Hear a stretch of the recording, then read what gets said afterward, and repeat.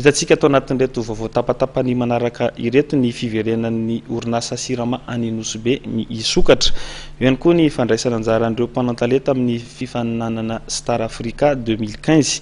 Ny lalao karakarainy ny fahitalavitra Madeve izay tafiditra indrindra ao anatin'ny fankalazana ny faha-20 taona ny fahitalavitra.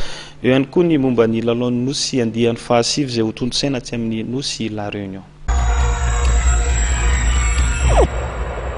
Azo eritreretina sy antenana ankehitriny ny fanokafany indray ny orinasa sirama any Nosbe. Araka ny fantatra dia noraisy ny orinasa Jama, orinasa malagasy mpamokatra roma izy ity, marina fa efa ampolo taonany no niketona ny sirama Nosbe noho ny olana arabola sy arapolitika ihany koa. Olona manodidina ny 3,000 no very asa tamin'izany. Natsoina andray anjara amin'ny fifananana Star Africa Sans 2015 ireo mpanantalenta malagasy etsika izay natao hanomezan-danja ny mozika sy ny talenta aty amin'ny kontinanta afrikana.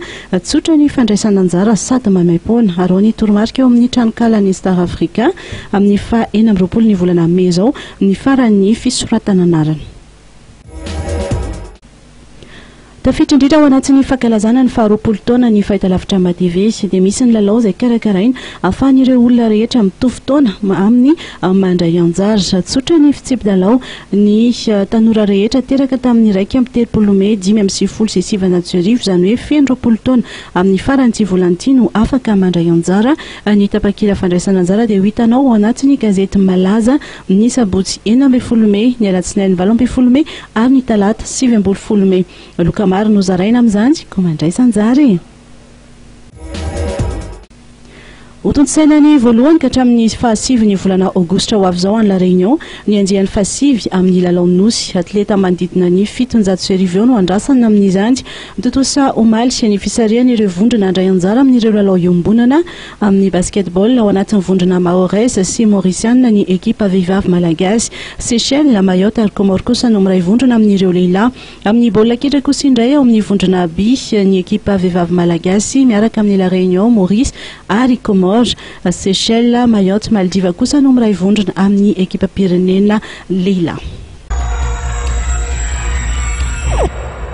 Dia izay ihany koa tompoklasy tovovavy ny masaka azona tolotra ao antsika tany atokantrano tany tamin'ity ariva ity.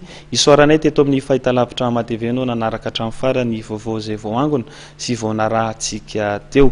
Ny terina kosa dia manome fotoananao amin'ny manaraka indray. Manentana anao hatrany kosa nefa izay eto amin'ny fahitalavitra Madeve tsy saraka aminay fa anaraka hatrany ireo fandaharana izay efa nomany ny teknisianina ho antsika rehetrarehetra ny atokantrano any. Mametraka ny veloma mandrapitafa ho anao indray ary ny tenako sy ny teknisianina ary ihany koa ireo mpanao gazety izay nanangona ny vaovao antsika tamin'ity takariva ity.